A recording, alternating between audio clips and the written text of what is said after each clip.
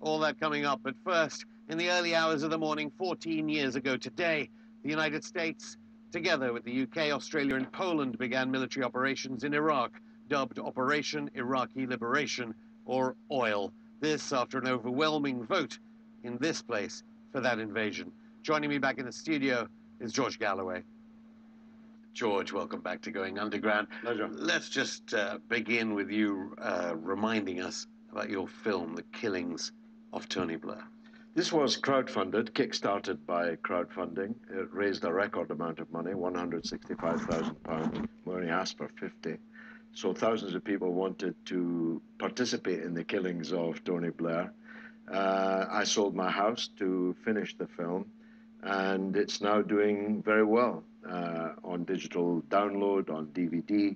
Not too many cinemas showed it. I've been across the world at film festivals and so on. Surprising, though, 14 years to the day of the Iraq War, they wouldn't be more interested. Why? Well, partly the budget that we have to promote it is so really poor that a lot of people as yet don't know that it's there. But it's the kind of film that will last for years.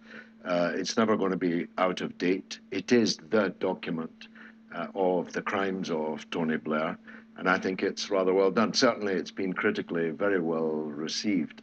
And if you didn't like Tony Blair before you watch it, I promise you, you'll be uncontrollable with anger at the end. When I talk to Labour backbenchers, a lot of them will say, Iraq is old stuff.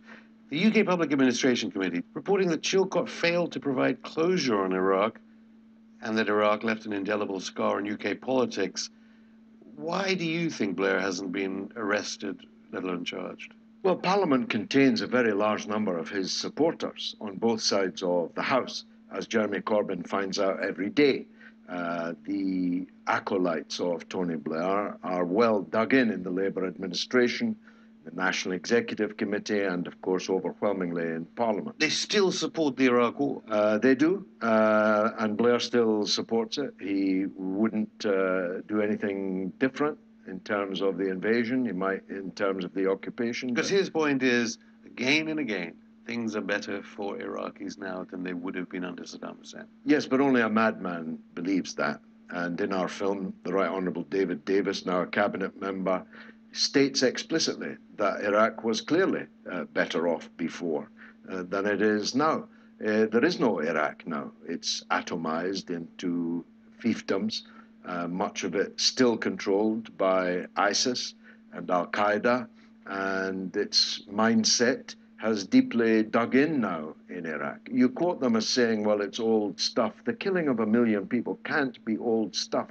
The creation of ISIS cannot be old stuff because we're living with the consequences of it and will do for many decades to come.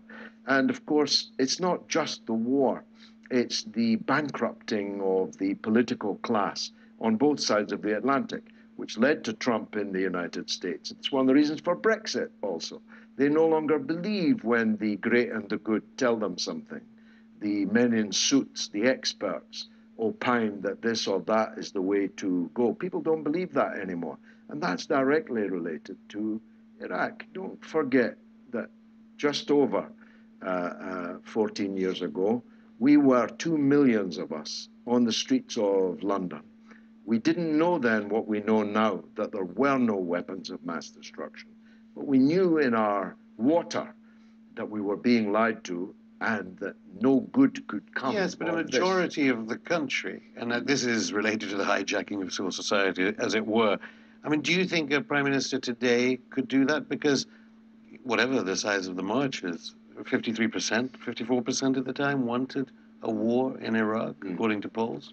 Well, they have gone on to do it again and again. I mean, they did it in Libya, David Cameron this time, but using exactly the same arguments, echoed by exactly the same journalists and broadcasters.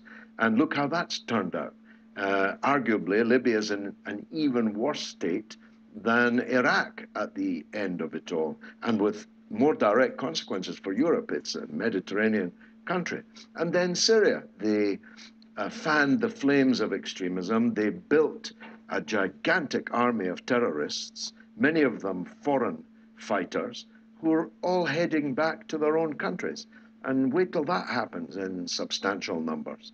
Then we'll realize just how mad our policy in the Middle East has been. You campaigned against Saddam Hussein, then you campaigned against the war. The president of the Stop the War coalition was Tony Blair. What does it make you feel like when you just mentioned Libya and Syria there, that his son mooted, still presumably on the backbenches as a rival to Jeremy Corbyn, made speeches lauded by the BBC and the Murdoch press for supporting wars on Libya and Syria? Well, that was particularly painful, no doubt, although Hilary Benn supported the war at the time, even when his father was the leader of the anti-war movement.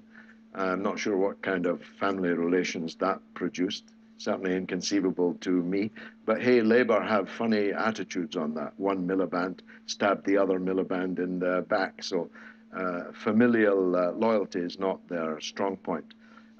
It makes me feel even worse, though, when members of parliament say to me, as many, many did, I wish we'd listened to you over Iraq.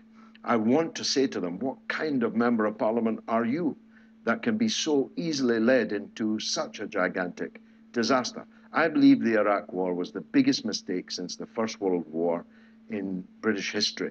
And the First World War led ineluctably to our steady weakening as a country. In fact, you can trace the decline of Britain to the First World War.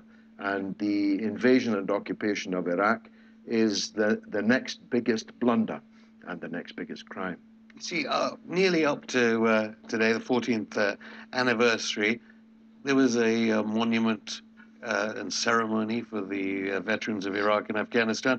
Tony Blair was an honored guest. The Queen said, and I quote, Britain endeavored to contribute peace and stability to Iraq. She should never have said that because I don't think that she believes that. Iraq has been utterly destroyed, and the extremism it has brought forth has cascaded around the world, even onto our own streets. So no one in their right mind thinks that we contributed to peace or stability in Iraq. And the Queen should not have said that. Even adding insult to injury, I don't know if you've seen the monument, but the soldier in bronze that's carved, chiseled out there, bears a remarkable resemblance to Tony Blair. Because you criticize the memorial anyway, even if they had come. What memorial do you think there should be to Britain's war in Iraq? The only fitting memorial to the Iraq war is Tony Blair on trial. Nothing else will do. And as long as God gives me breath, and after me my many sons, we will never stop until justice has been done. I should say that your film also makes clear that it's not, of course, just Tony Blair's fault. It's a structure. The memorial you just spoke about is sponsored by BAE Systems and the Murdoch Sun newspaper. Is it still these structures that people should be wary of, let alone the individual? Yes, because the coup could not have happened if the people in the institutions had not gone along with it. You see, Chilcot had a long parade of people in the civil service, foreign office, the intelligence community, the military, saying that they always knew that this was a bad idea. But they didn't tell us so at the time. And if they had, it might not have gone ahead. In our film, the Honourable former Ambassador Craig Murray quotes the former head of the Middle East desk in the Foreign Office as saying that WMD, the claims, were b****s. He asked him, is it true? Bill Beatty comes on our show quite a bit. Yes, and he's from Dundee, as I am. A remarkable number of Scottish people in this story. But Sir Bill, as he is now, was asked by Craig Murray, is it true about weapons of mass destruction? And he said, of course not, it's b****s. Well, that means the very top of the Foreign Office was willfully keeping silent while a Prime Minister lied to the country and to the armed forces whilst leading us into a disaster. And what kind of an intelligence community tells us after the fact that they were wholly against this attack on Iraq and predicted, as I did, exactly what the outcome would be, but did nothing to try and stop it. That's why I call it a coup. It was a hijacking of the Great Britain airliner, and we flew it to destruction. Arguably, it's a deep state in reverse that Donald Trump faces, because Donald Trump keeps trying to say anyway that he was opposed to the Iraq war. Are there forces that are outside his control in the United States that would get him into wars and therefore Britain into wars? I'm sure about that. And it's remarkable how all these liberals that supported Hillary Clinton are now in open embrace of the likes of John McCain and the CIA and the so-called intelligence community, who used to be described by such liberals as a nest of and burglars and subverters and coup makers. They're now being embraced by liberals as a stick to beat Trump with. What's Trump's flagship policy? Friendship with Russia, an end to the escalation, at least, of tension with Russia. Well, there's a big industry would lose a lot of money and a lot of power and influence if such a reduction in tension took place. The whole military-industrial complex, the intelligence community, the warmongering politicians, they'd all be out of a job one way or another if there was no longer any possibility of military confrontation with Russia. So whether they'll succeed in subverting, wrecking Trump's flagship policy remains to be seen. But that's definitely what they're up to. George Galloway, thank you. It's been a pleasure. After the break.